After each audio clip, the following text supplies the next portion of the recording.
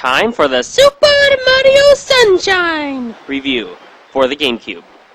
Super Mario Sunshine was the first real Mario game for the Gamecube, just like Super Mario Galaxy was for the Wii. The story is about Mario, of course, how he, Princess Peach, Toadsworth, and a bunch of Toad lackeys all fly to Isle Delfino for a relaxing vacation, but they receive the exact opposite. As soon as they arrive, they find this weird paint-like substance that has been covering parts of the island, and Mario has been accused as the perpetrator. As punishment, Mario has to clean the entire island with the help of his new mechanized friend, Flood. Flood is basically a talking hydro pump that Mario straps onto his back and uses him to spray away the goop with water. Because the island has been gooped, the shine sprites that reside in the middle of the town have vanished, and so the island has darkened. So that's the story. Now get to cleaning! If you've ever played Super Mario Galaxy, Sunshine is very similar, except without the wacky gravity changes and you're on an island instead of space. But the concept is pretty much the same. Go through each level trying to figure out where the shine sprite is and how to obtain it. Most of the levels are non-linear, except for a few that have an obstacle course principle to them that are very fun to play. It's usually pretty easy to figure out where the shine sprite is, but retrieving it can be quite challenging.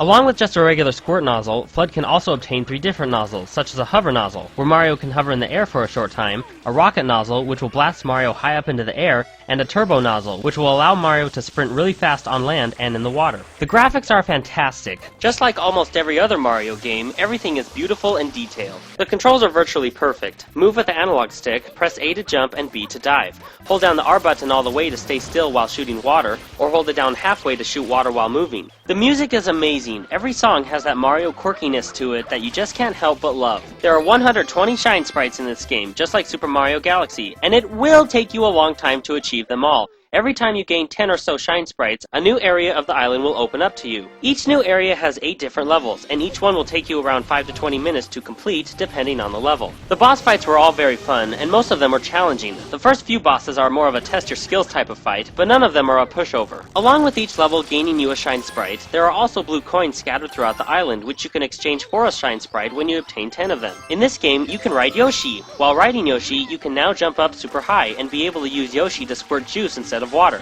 Yeah, I'm sure the locals really love to get hit by regurgitated juice from Yoshi. Yoshi can become different colors depending on which foods he eats. It doesn't have a purpose, but it's variety. You can go almost anywhere with Yoshi, except when he touches water, I don't know why, but he will dissolve. Yeah, tell me if you figured that one out. Super Mario Sunshine is an amazing game. Is it possible for Mario to be in a bad game? Oh yeah, I forgot. But anyway, Sunshine has awesome graphics, great gameplay, great controls, great story, beautiful music, and that Mario charm that we all know and love is everywhere. The only downsides that I found was that 1, the depth perception would be low sometimes, mostly when you're high up from the ground via the rocket nozzle. And 2, it became a little frustrating when you would squirt water while standing still, because Mario moved too slow when rotating from left to right and or turning around. But overall, this is one of the best Mario games out there, and it's at the top of my list, tied with Super Mario Galaxy. This is a must-have for anyone who owns a GameCube or Wii. This game gets a 4.5 out of 5 with the title of Epic.